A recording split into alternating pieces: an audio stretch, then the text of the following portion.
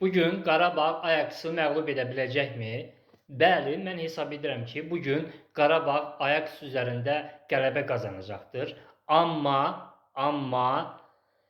Qarabağ Ajax oyununda Qarabağın qələbəsinə şot qoyan insanlar bugün Qarabağ qalib gəlsə belə bu insanlar məğlub olacaqlar. Ona görə ki, qumarbazlar heç zaman qalib olmurlar. Onlar hər zaman məğlub olurlar.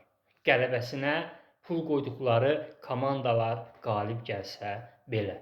Ona görə də bax bu günləri sadəcə olaraq Qarabağ Ajax oyununu izləməklə yox, həm də futbola şot qoyan insanlar bu zərərli vərdişdən geri dönmək haqqında düşünsünlər. Papaqlarını qarşılarına qoyub yaxşı-yaxşı fikirləşsinlər. Ona görə də ümid edirəm ki, mənim bu videom ən azı heç olmasa Qarabağ Ajax oyununu izləyən insanlar qədər izlənəcəkdir. Ona görə ki, mənim bu videom ən azı Qarabağın bugün Ajax üzərində qələbə qazanması qədər önəmlidir. Mən hesab edirəm ki, və çox ümid edirəm ki, bu günləri Qarabağ Ajax üzərində qələbə qazanacaq və qumarbazlar da özləri öz üzərində qələbə qazanacaqlar. Bax, ən böyük qələbə o olacaq. Çünki o insanlar özlərinə, öz zəif tərəflərinə qalib gələcəklər. Ona görə də çalışın ki, qumarın aludəçisi olmayın. Bütün evini satıb qumara qoyan nə qədər bədbəxt insanlar var. Ailəsini qumarda uducan insanlar var. Kredit götürüb qumarda uducan insanlar var.